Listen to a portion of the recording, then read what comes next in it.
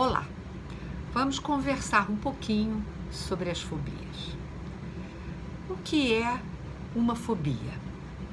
Uma fobia é aquilo que, no senso comum, se coloca como medo de algo, medo de algum objeto, medo de alguma situação na vida. E por que elas acontecem? Lembram dos primeiros vídeos onde eu falo sobre a constituição subjetiva e a importância na primeira infância da relação da criança com seus pais, né? Todo o universo da criança na infância pode contribuir para a constituição de uma fobia. Mas como isso se dá? Primeiro, é importante dizer que toda fobia, ela vem como uma representação, ela é alguma coisa que fala de uma cena inconsciente, né? Uma situação, portanto, que não tem, a princípio, uma representação e que o sujeito aloca nos objetos ou nas situações da vida. Então, na verdade, as fobias, elas vêm no lugar da angústia. E a gente sabe que toda angústia é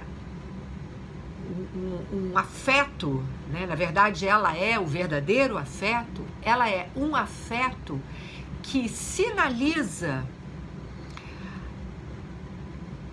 que a falta, né, de um objeto possa faltar. O que significa que a falta de um objeto possa faltar? É importante dizer que o objeto em questão não é nenhum dos objetos que se possa obter no mundo. Justamente é um objeto estruturante inexistente, né? Ele não existe, ele fica como uma referência mítica a alguma coisa, né? E a gente sabe que o mito vem cobrir uma ausência de saber, uma ausência sobre a origem. Então, na fobia, o objeto em questão, ele é inexistente.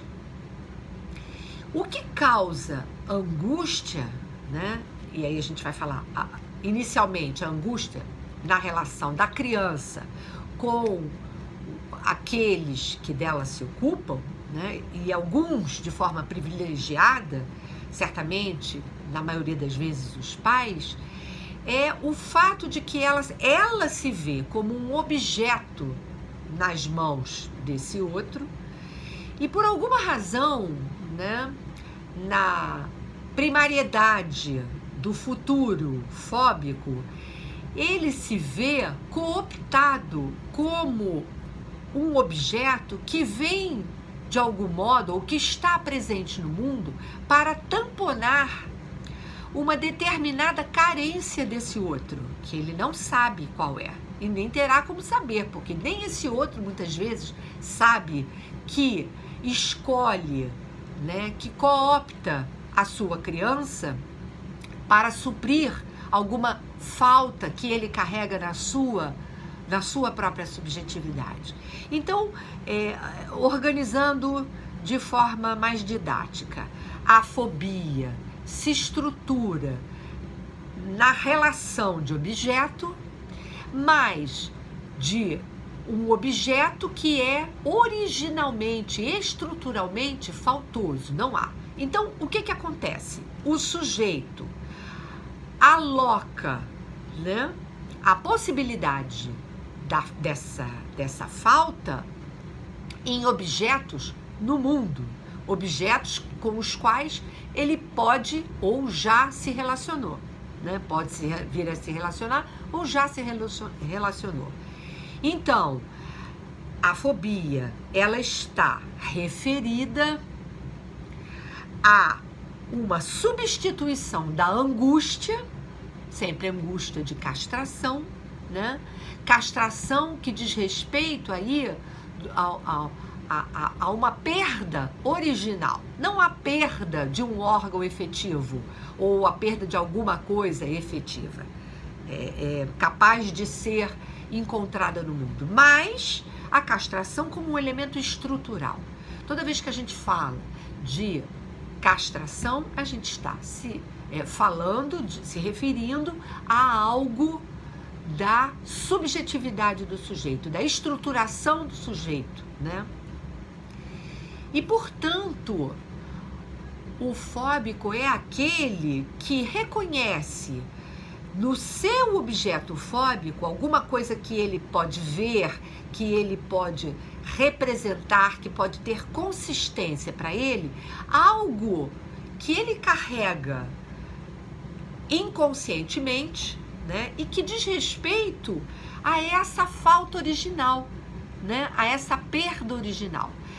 Bom, o que isso tem a ver com as fobias de um modo geral? A gente pode dar vários exemplos. A fobia de mar, a fobia de cavalos. Tem um texto do Freud que é exemplar, que é o Pequeno Hans, onde ele fala, né, da relação desse sujeito, não com os cavalos, isso é um deslocamento. Na verdade, a fobia do Hans, essa criança muito pequena, diz respeito à relação dele com os pais. Uma mãe muito forte, uma mãe que a gente, de forma caricata, como muitas mães, uma mãe que é possessiva demais dessa criança, e um pai fraco na sua intervenção na relação mãe e filho. Então esse pai fraco, né?